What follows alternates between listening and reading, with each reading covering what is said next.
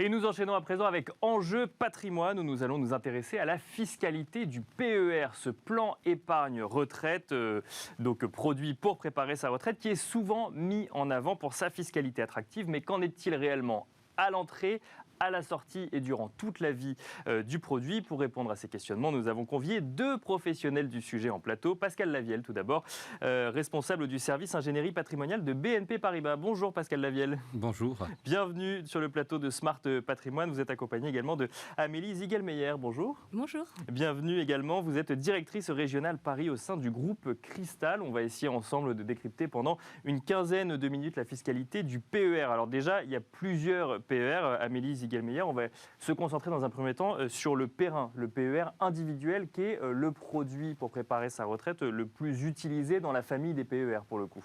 Oui, tout à fait. Alors, si on regarde le PER, déjà, on parle d'avantages fiscaux. Il faut dissocier les avantages fiscaux à l'entrée et à la sortie. Quand on parle d'avantages fiscaux à l'entrée, on parle de quoi concrètement? Alors, c'est vrai que vous l'avez rappelé, le plan d'épargne retraite, il a été créé vraiment pour préparer sa retraite et il permet de bénéficier d'avantages fiscaux. Alors, en fait, les versements que vous réalisez sont déductibles l'année suivante de votre base imposable. D'accord. Donc, si on veut prendre un exemple, par exemple, vous versez 10 000 €, vous avez un gain qui va être proportionnel à votre tranche marginale d'imposition. D'accord. Donc, si vous êtes dans la tranche à 41%, l'année suivante, vous avez 4 100 € d'économie d'impôt. D'accord.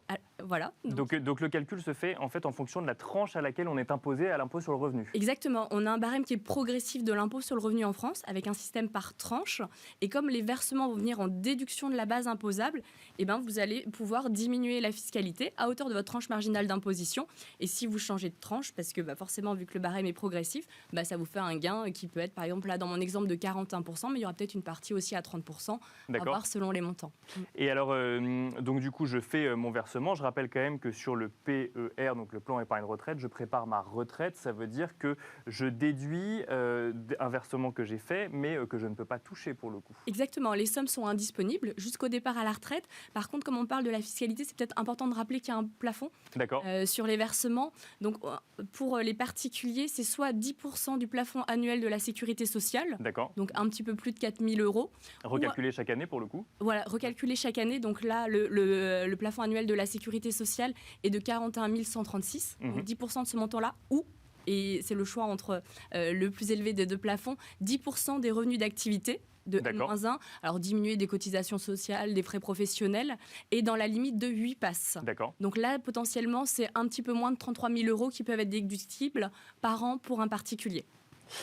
Pascal Lavielle, sur cette fiscalité du PER, donc effectivement, on a l'impression que c'est d'un côté très simple, de l'autre, il y a quand même quelques règles à respecter. Donc, en matière de plafond, comment est-ce qu'on a tout dit déjà sur la fiscalité du PER actuellement quand on fait des versements à l'entrée pour le coup?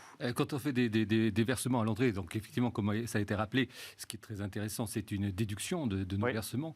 Et donc, cette déduction, ça permet, c'est en fait un différé d'imposition, parce que on va être imposé à la sortie. Ah là, on arrive sur l'autre partie effectivement de la fiscalité. Ouais. Mais du coup, cette déduction à l'entrée nous permet d'avoir une capacité d'épargne beaucoup plus importante. D'accord. Dans la mesure où on n'est pas imposé au moment de ce versement, ça permet d'avoir un versement plus important et de ce fait une valorisation beaucoup plus importante. Mais c'est conditionné effectivement à des plafonds pour les particuliers et aussi à des plafonds pour les travailleurs non salariés, parce que le PER permet de verser à la fois pour les particuliers et à la fois pour les TNS, avec ces plafonds de déduction qui ont été rappelés pour les particuliers, et pour les TNS, c'est un peu plus important parce que à ces plafonds qui ont été rappelés, et se rajoute un plafond de 15% entre 1 et 8 passes, ce qui peut amener une déduction jusqu'à 76 000 €. Je suis entrepreneur, je suis freelance ou je suis profession libérale, je peux quand même bénéficier de cet avantage fiscal quand je fais un versement sur mon PER. Je peux bénéficier de cet avantage fiscal, et cet avantage fiscal, je vais le décider au moment de ma déclaration de revenus. D'accord. Donc c'est au moment de ma déclaration de revenus. Si je suis travailleur non salarié, je vais le déduire de mes bénéfices professionnels, et si je suis particulier, je vais le déduire de ma déclaration de revenus à l'impôt sur le revenu. Et si je suis TNS, je peux aussi très bien décider de ne pas le déduire de mes bénéfices professionnels, mais de les déduire de mon impôt sur le revenu. C'est au choix, au moment de la déclaration fiscale, que tout ça se fait. Alors, il y a effectivement peut-être des questions de stratégie après à mettre en place. Je propose qu'on continue, qu'on regarde un petit peu quelle est la fiscalité à la sortie, puis ensuite on regardera les différentes stratégies. Donc ça, il y a un avantage fiscal à l'entrée, Amélie Zigameyer. Effectivement, on bloque son argent. Alors il y a des cas d'ailleurs de déblocage anticipé. Mais ensuite, on bénéficie d'un avantage fiscal. Ensuite, il y a la sortie. Et alors là, pour le coup, on est refiscalisé à la sortie sur les sommes qu'on sort de son PER. Déjà, il y a 2 grands types de sorties. Il y a ou capital ou rente. Ça a un impact différent sur la fiscalité ? Oui, tout à fait. Ce ne sera pas la même fiscalité selon si c'est une rente viagère qui est choisie ou si c'est une sortie en capital. D'accord. Et il y a un autre élément qui va intervenir, parce qu'on ne l'a pas rappelé tout à l'heure, mais c'est possible de ne pas déduire les versements que vous faites sur un PER au niveau de votre avis d'imposition. D'accord. Ah oui, c'est ce que disait Pascal Eviel sur le choix qu'on fait quand on fait sa déclaration. D'accord. Oui, et alors le choix dont parlait Pascal est encore plus spécifique parce que pour les TNS, soit ils peuvent diminuer de leur revenu catégoriel, soit du bénéfice imposable, ce qui fait que ce n'est pas tout à fait les mêmes règles de calcul. Mais là, ça devient vraiment technique. Donc d'accord. Je sais pas si et alors pour les salariés, on peut également choisir de déduire ou de ne pas déduire. Exactement. Mais même pour les TNS, en fait, soit ça donne droit à une réduction d'impôt, soit c'est pas le cas. Mais en pratique, tout le monde choisit la déduction fiscale parce que l'intérêt du plan d'épargne retraite, au-delà de préparer sa retraite, c'est aussi d'avoir un avantage fiscal. Sûr. Mais alors quel pourrait être l'intérêt de ne pas bénéficier de l'avantage fiscal ? Honnêtement, il y en a très peu. Ça peut être si vous avez un PER qui est ouvert et après il suffit que vous soyez pas imposable une année, mais vous avez quand même envie de continuer à alimenter votre placement. Ça peut être une des solutions. Mais comme vous l'avez rappelé, les sommes sont quand même indisponibles, sauf certains cas extrêmes, ou l'acquisition de la résidence principale. Mais en tout cas, dans ce cas-là, il vaut mieux choisir un autre placement que le PER. Donc on peut considérer que les versements donnent le droit à une réduction d'impôt. Pour parler de la fiscalité, ce sera peut-être le plus simple. Ce sera le plus simple. Alors du coup, à la sortie, donc rente viagère ou capital. Rente viagère, ça veut dire que tous les mois, on va toucher une certaine somme, ou tous les ans. D'ailleurs, je ne sais pas si on peut choisir la périodicité. Oui, vous pouvez choisir. En pratique, c'est plutôt mensuel. Et c'est jusqu'à la fin de séjour. Elle peut être réversible également. Donc là, si vous choisissez l'option rente viagère, ça va être la pension que vous allez recevoir va être déclarée au niveau des retraites. D'accord. Vous avez un abattement de 10% et après, ça va être soumis au barème progressif de l'impôt sur le revenu. D'accord. Alors là même que vous êtes retraité pour le coup. Alors même que vous êtes retraité. D'accord. Et sur la partie prélèvements sociaux, il y a aussi une partie qui va être fiscalisée aux prélèvements sociaux. Et là, c'est seulement une quote-part qui va dépendre de l'âge du crédit rentier, donc le bénéficiaire de la rente, au moment où il commence à percevoir la rente. D'accord. Donc là, par exemple, pour donner un exemple, entre 60 et 69 ans, ce qui est le cas le plus fréquent pour le plan d'épargne retraite, c'est 40% qui va être soumis aux prélèvements sociaux. D'accord. Donc voilà pour la rente viagère. Mais ça veut dire qu'en fait, j'ai mis 1 000 €, je ne sais pas moi, à 30 ans, à 40 ans sur mon PER, je le ressors au moment de ma retraite. Là, pour le coup, en fait, la fiscalité, donc effectivement, il y a un abattement de 10%, mais ensuite est calculé sur la base de ma pension de retraite, finalement. Oui, tout à fait. Après, en général, on a une tranche marginale d'imposition qui est plus élevée en période d'activité qu'en période de retraite. D'accord. Donc il y a le différentiel qui est intéressant de ce point de vue-là. Et puis aussi, ce que rappelait Pascal, c'est que l'économie d'impôt, elle va être capitalisée pendant toute la période de placement, donc ce qui va faire un gain supplémentaire. Et puis si on a le temps, on parlera peut-être de stratégie où vous verrez qu'on est même pas obligé de liquider son plan d'épargne retraite. Mais du coup, pour être exhaustif par rapport à votre question, il y a aussi le cas où on sort en capital. Oui, bien sûr. Sur le plan d'épargne retraite. Et dans ce cas-là, le montant du capital va être à déclarer au barème progressif de l'impôt sur le revenu. Par contre, là, on distingue 2 cas. Les versements et les intérêts. D'accord. Donc, c'est les versements qui vont être déclarés au niveau de l'impôt sur le revenu. Et pour la partie intérêt, là, c'est la flat tax. D'accord. Donc, 12,8. Mais les versements, du coup, il n'y en a qu'un seul si on est sorti en capital. Ou on peut sortir plusieurs fois en capital. Alors déjà, on peut sortir plusieurs fois en capital. D'accord. Oui. Et quand on parle des versements, c'est les versements à l'entrée. D'accord. Ah oui, d'accord. La fiscalité. Okay. Voilà. Donc en fait, ils sont déduits à l'entrée, mais par contre, à la sortie, on regarde comment on a procédé à l'entrée pour ensuite appliquer une fiscalité. Exactement, tout à fait. Et là, donc ensuite, c'est la flat tax sur les intérêts. Voilà. D'accord. Et sur le capital, du coup, quelle fiscalité ? C'est la fiscalité de l'impôt sur le revenu. L'impôt sur le revenu, donc le barème progressif que l'on connaît. Voilà. Donc Pascal Lavielle, peut-être question légèrement provocatrice sur ce PER. Du coup, finalement, en fait, il y a un avantage fiscal, mais qu'on le gagne à l'entrée, on le perd à la sortie, finalement. Non, on le repense à un différé d'imposition, mais ce différé d'imposition, encore une fois, c'est particulièrement intéressant parce que ça permet premièrement de ce revenu d'être imposé au moment où on part à la retraite, c'est-à-dire un moment où on est moins imposé. D'accord. Donc du coup, pendant sa vie professionnelle, son taux marginal d'imposition est plus important, donc c'est plus intéressant de différer cette imposition à un moment où on sera moins imposé. Et puis encore une fois, ça permet de placer une somme plus importante et toute cette valorisation, toute cette somme plus importante va se valoriser, ce qui permet d'avoir comme ça un rendement plus intéressant.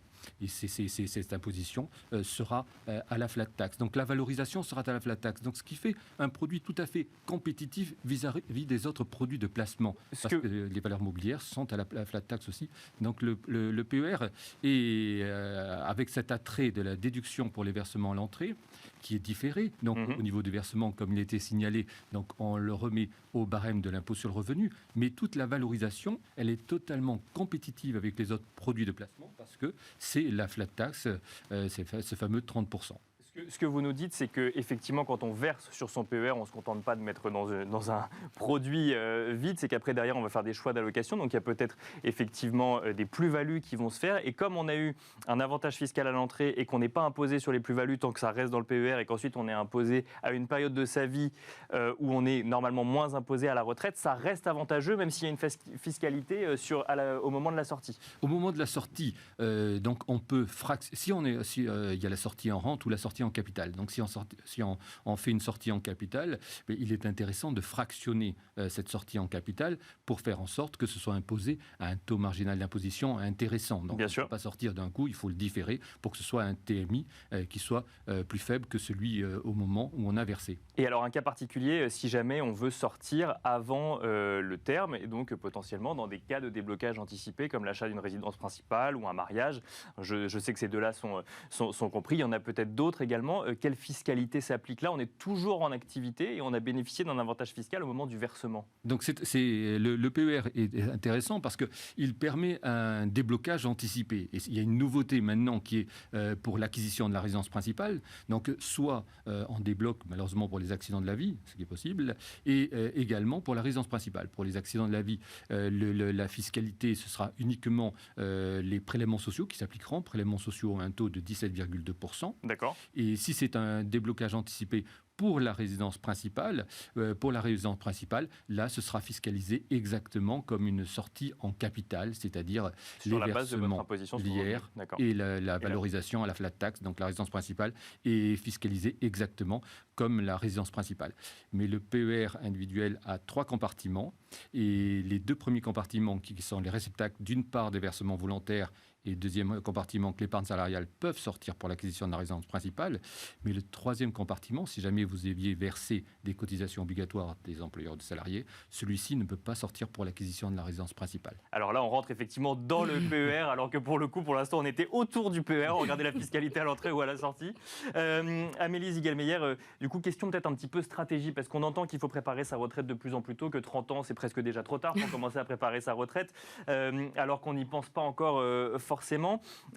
Dans ces sujets fiscalité, alors donc en fait, on a un avantage fiscal dès les versements à l'entrée, mais on est plafonné en matière d'avantage fiscal à un moment où normalement on paye moins d'impôts que plus tard dans sa vie active, mais effectivement on table sur le fait qu'on sera moins imposé à la retraite. Quelle est la bonne stratégie? Est-ce qu'il faut faire beaucoup de versements tout de suite ou au contraire verser trop tôt, finalement ça serait contre-productif? En fait, ça dépend vraiment d'un ensemble de paramètres qui sont déjà votre situation patrimoniale, le patrimoine dont vous disposez à côté, puisque, comme on l'a rappelé, les sommes sont immobilisées. Donc, attention pour un jeune à pas trop verser sur son plan d'épargne retraite, puisque les sommes ne sont pas récupérables facilement, ou alors juste pour l'acquisition de la résidence principale. Mais si on est dans la tranche marginale d'imposition à l'entrée et dans ce cas-là à la sortie, ça perd un peu de sa pertinence. Bien sûr. Donc, oui, parce que si on change de tranche entre le moment où on a versé et le moment où on achète une résidence principale, en fait, on va payer plus de taxes sur le même montant. Et exactement, là on serait vraiment dans un cas assez défavorable. Donc c'est dur de répondre à votre question dans la mesure où il n'y a pas une solution type à appliquer, c'est vraiment en fonction de vos revenus, du patrimoine que vous avez à côté, de vos projets à court, à moyen et à long terme. Donc, mais effectivement, le PER est plutôt dédié aux gens qui sont dans les tranches marginales d'imposition à 41% ou à 45%. C'est quand même là où c'est le plus pertinent. Par contre, il y a quand même un cas, on peut peut-être en parler par rapport aux enfants mineurs, que certaines compagnies d'assurance acceptent d'ouvrir des PER pour les enfants mineurs.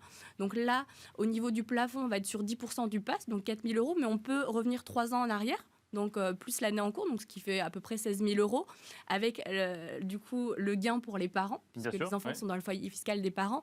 Et puis le jour où ils veulent acheter leur résidence principale, ils auront leur propre foyer fiscal, donc seront moins fiscalisés, ce qui permet d'avoir un petit coup de pouce pour démarrer à se constituer un patrimoine. Et j'allais vous demander pour conclure, à partir de quel âge peut-on ouvrir un PER? Donc si je comprends bien, dès que possible, Pascal Lavielle, en quelques secondes. On préconise quand même ça pour des gens qui ont pour objectif le départ à la retraite. Les motivations pour un PER, c'est le déblocage anticipé pour la résidence principale, c'est pour la retraite et c'est pour la déduction. Ce sont les éléments qui font qu'on va placer sur un PER.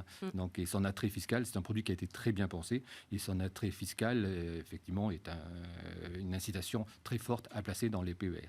Merci beaucoup Pascal Lavielle, responsable du service ingénierie patrimoniale de BNP Paribas. Merci également à Amélie Ziegelmeyer, directrice régionale Paris au sein du groupe Cristal. Merci à vous de nous avoir suivis et je vous donne rendez-vous demain pour un nouveau numéro de Smart Patrimoine à 13h sur Bismart.